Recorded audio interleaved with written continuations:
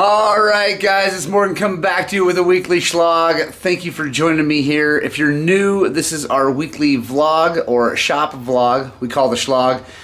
For my little shop called Highland Cycles here in Montrose, Colorado. We do everything from tech tips, riding videos, all kinds of stuff. Anyway, the main thing we're trying to do is spread the gospel of two wheels and get people out riding dirt bikes, working on their dirt bikes, having a ton of fun. So anyway, it's the beginning of the week. Let's get after it.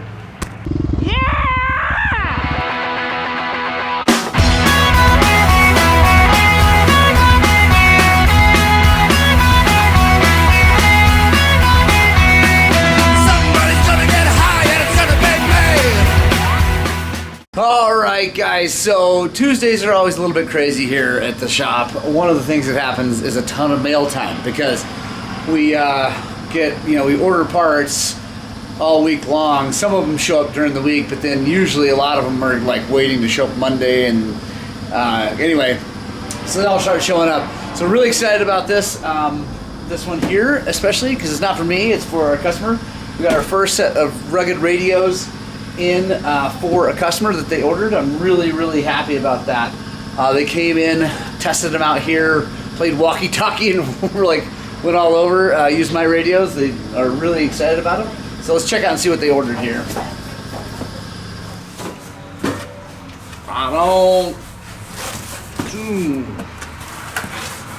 These are super cool, so hang on. So they went with the digital UHF radios, which is what I have. They're the longest range, highest horsepower rigs. They're 5 watts. They also went with the longer antenna like I have to help with range. Then this is cool. Let's see how I open this.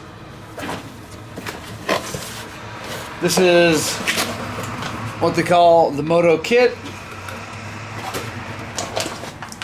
And it's really super sweet. So it's got speakers and a mic that go in your helmet, and then a push to talk that goes on your handlebars. So you can actually talk while you're riding. Like the setup I have, it's got the mic right here and speaker. And you can hear it if someone calls you while you're riding, but you really can't tell what they're saying. And that's not the point. I didn't really want to be like talking while I'm riding. But this is a husband and wife crew, and they like to be able to communicate while they're riding. Especially if they get out of range a little bit and they're like, hey, we're taking a left-hand turn or whatever. So really stoked. And then they found someone online who's making a wireless setup for the push to talk. And I'm not sure exactly how that works. When they get that, I will definitely check in with you guys and let you know how it works. But yeah, really super stoked about these. I'm gonna give them a call. They're gonna be really excited to come pick these things up.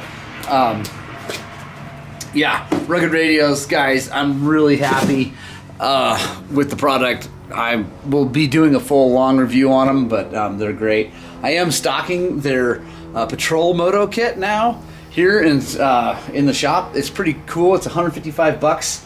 Comes with radio, speaker, mic, and earpiece for listening. So that's a really great thing. It's the analog radio, so it's not quite as long reaching and a little bit more like static in the background. It's not as it's not as clear a signal, but they work really good actually. And that's actually what the Wolf guys were using when I rode with them when I decided to go ahead and try these things out. So anyway, on to the next thing. All right, this is from Rocky Mountain ATV. I believe I know what it is, and I'm gonna owe this gentleman a huge thank you because he's just been so sweet. Yes, it is. I'm really excited. I have to say a massive thanks to Paul Anstey from Canada, who has been a very long time supporter of the channel. He's a patron on Patreon. He's been supporting us at the YouTube channel for a very long time now. Paul, thank you so much. After our last Gospel of Two Wheels, or a couple times ago, anyway, talking about how the vintage jerseys I've had always tear when I bump into trees and things like that. And he said, oh, Climb makes a really good one. So, just unbeknownst to me, he called and told me that he'd done this. He ordered me a shirt, or a jersey, and actually ended up ordering me 2 jerseys. I got the other one in my van. I'll go grab it. But Paul, thank you. I don't know. I don't know what to say. And thank you to everyone who watches these videos and supports us and helps us out. Yeah, it means a lot. So yeah, this thing is, I cannot wait to try this thing out. This is the Mojave jersey from Climb. It's super vintage, you can see through it. But the arms are a different material that's really super durable. And the outside of the arms, the underneath side is vented. The outside is really, really strong. I can't wait. Let me go grab the other one.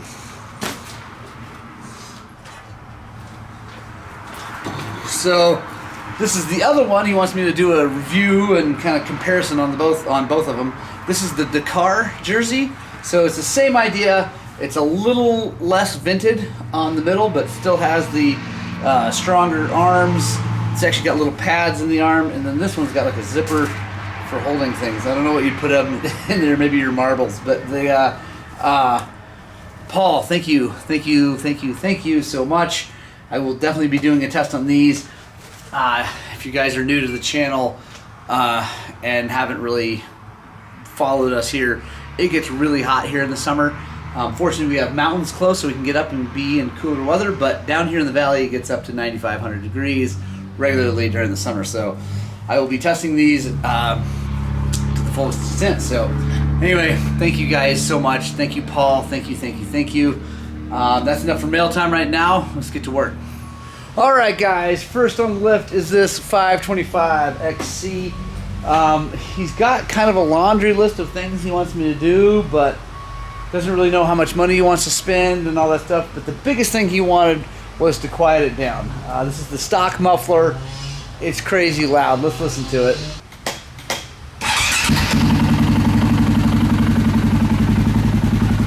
So these bikes, the XCs, well, even today, but the XCs back in this day were just a race bike. They had lights and stuff on them, just like the XCWs.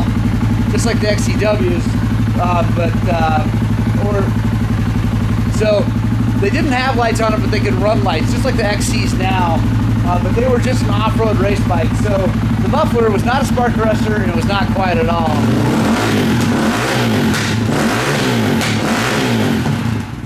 And that's loud.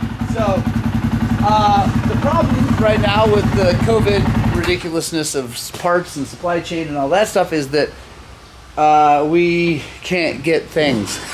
FMF doesn't have stuff, Pro Circuit doesn't have stuff. I don't even know if they actually still make things for this, but I was able to find a Lex on eBay, so I bought that. So yeah, let's go get that thing out of the box and put it on here, and hopefully it makes it a lot quieter. Alright guys, here it is. Lex exhaust. Let's just hope it actually fits, because even on eBay and things like that, it was hard to figure out if it was actually for this bike. These RFS motored bikes are getting a little bit harder to find stuff for. Not too bad so far. Definitely not like they used to be. So look at that. It's there we go. Not legal for sale or use in California or any pollution controlled motor vehicles. I'm guessing this is like the coupler between the exhaust, the head pipe and the muffler. So I'm not normally a big fan of Chinese stuff, but I have had pretty good luck with Lex things. Usually we end up getting their end caps for bikes because they're so much less money, and their spark arresters, especially right now. ProMoto Billet seems so far behind, you can't get anything from them. So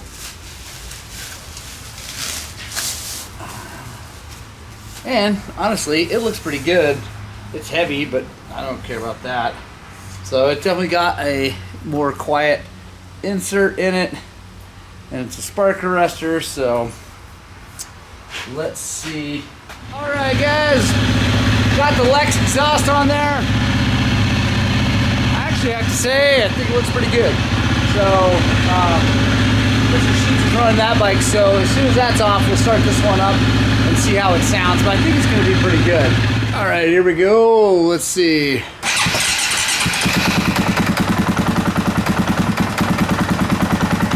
Warm up here for a second, but I think it already sounds quieter. And it really should, because it's got a spark arrestor and more like packing. It's a bigger muffler, so Baffin can handle that. It's still going to be loud because it's a 525, and really just four strokes in general are pretty loud.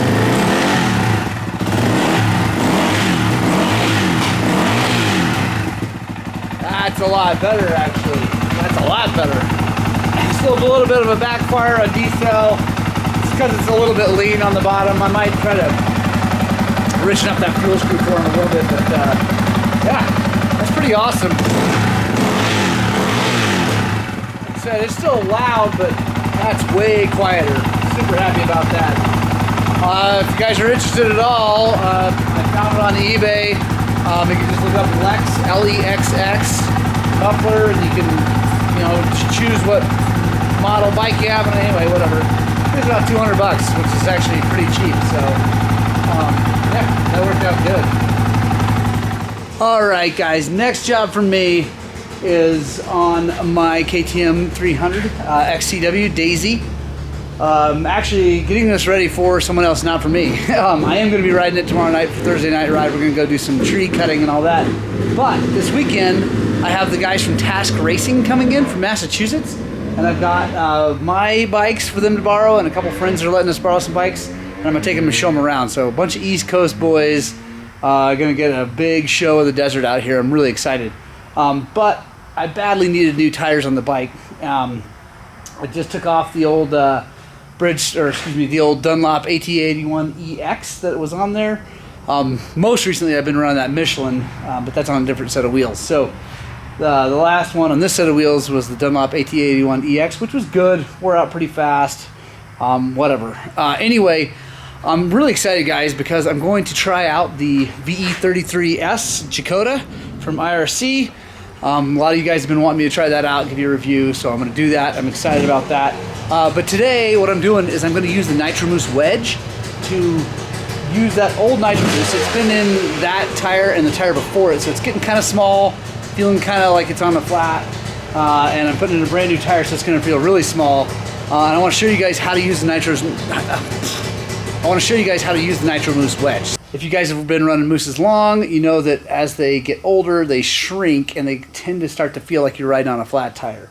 Well, that mousse has been in at least 2 tires, maybe 3, I can't remember, 2 for sure, and it's definitely getting a little small, tires feeling a little flat. I'm getting ready to put it into a new VE33S Dakota from IRC, and I know it's not going to fill that tire up and it's going to make the tire feel like it's flat. So I want to show you guys what that looks like. It's pretty cool. If you've been running mousses for a long time, you've already known this trick. You just save your old mousses, you cut wedges. The nice thing about buying the wedge from Nitro Mousse is it's full size. So it's not like a small piece going in there with other small pieces and all that. So let's get this mousse out into this other tile and show you what we do. All right, guys, there you go. That's what a 2-tire old mousse looks like. Still looks pretty good. But it's definitely, the volume is getting smaller, and that's just normal. It's what happens to them when they get some time on them. You can see, if you look at it, that it's nice and greasy still. That means I used plenty of lube. Also, I took it out before it got dry, so that's good. Now, let's see what it looks like when we put it in this new tire. I'm gonna start with some lube.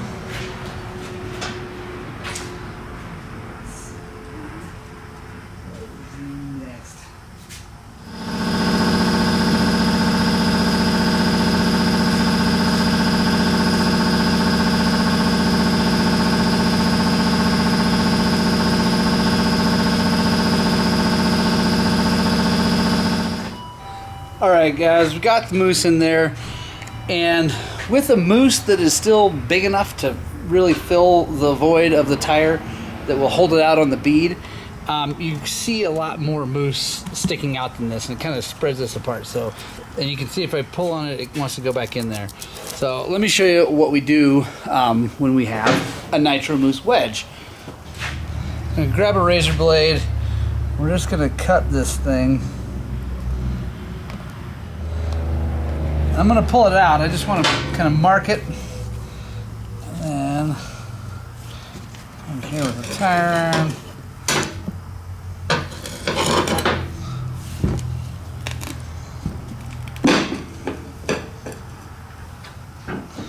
There we go. And if you have a good sharp razor blade, it cuts this super easy.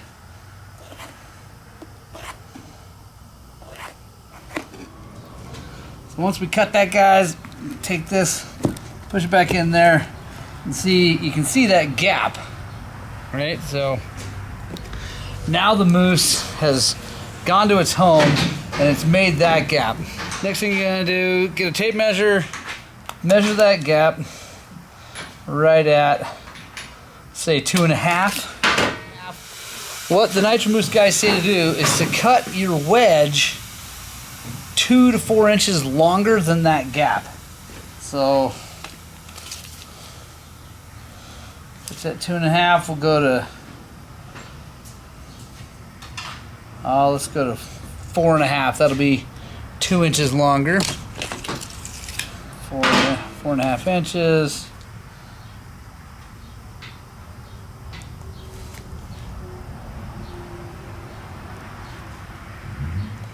All right, so got this cut. Now we're going to probably struggle a little bit to chuck this inside here.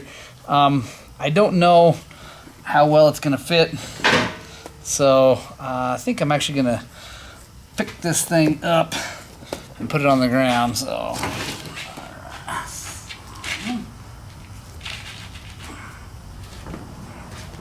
there we go. All right. So it's a little funky looking right now, but I think that's really gonna help. So let's go ahead and mount this up like we would a normal mousse.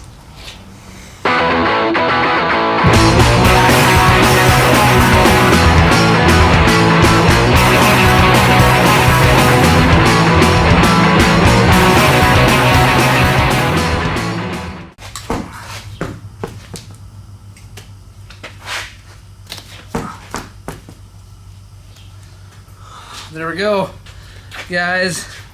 Seated up all the way around, both sides. I think that wedge is gonna work really good. I've done it before with old mousses, and it always works pretty good, but I think it works even better with that full-size wedge. The wedge is nice and fat. The other thing you can do to get a little more time out of it is to take a tube, wrap it around the whole situation, and that'll help fill it out too. But there we go. Pretty stoked about that.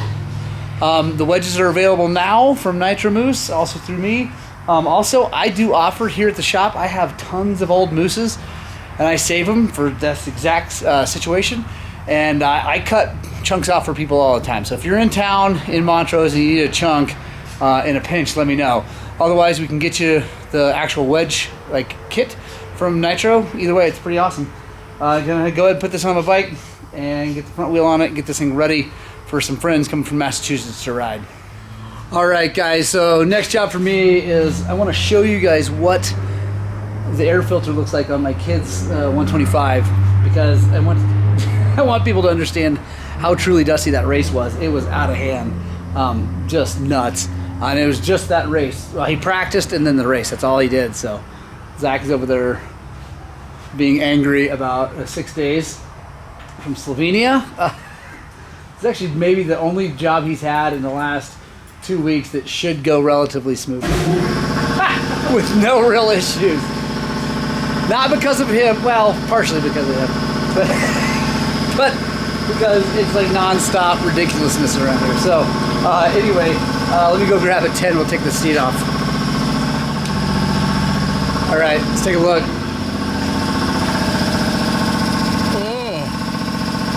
That's a good one.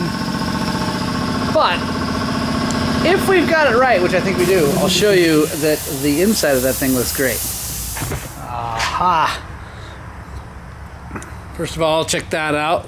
outside disgusting, inside nice and clean.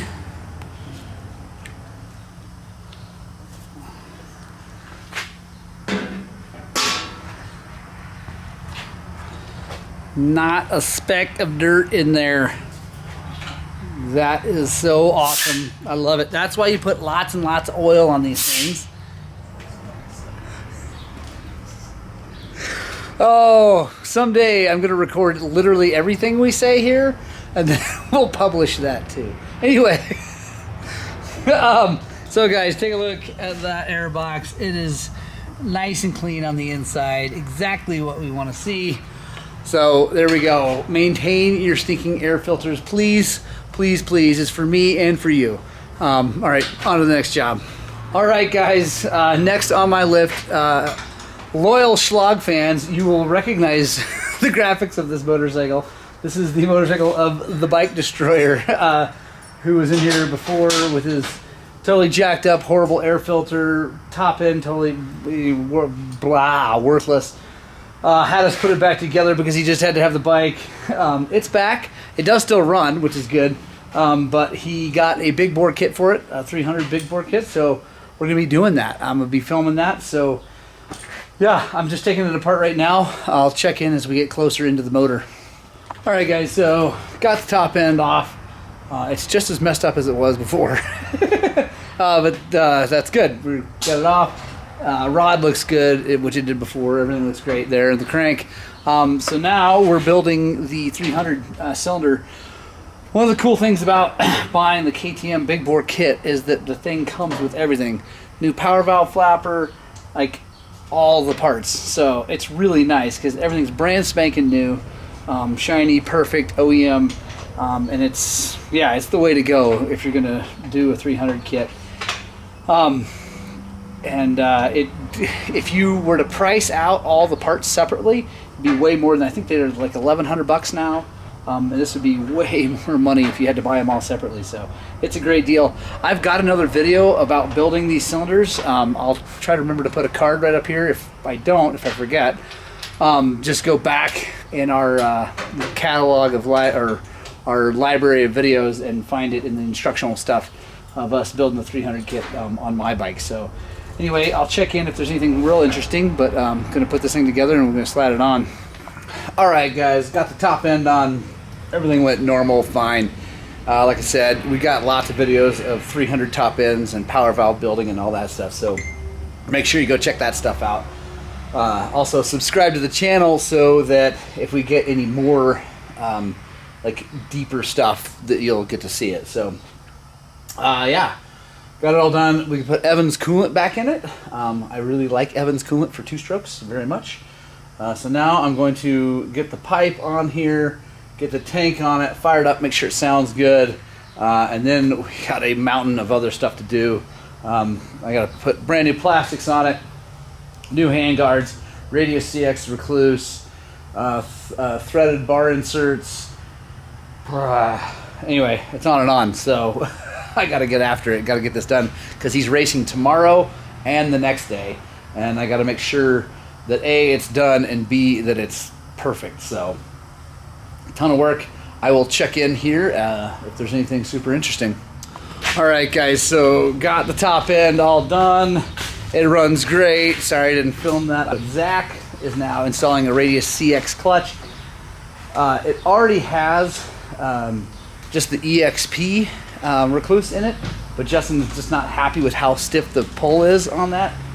So he went ahead and upgraded to a full Radius CX, and he bought the whole thing.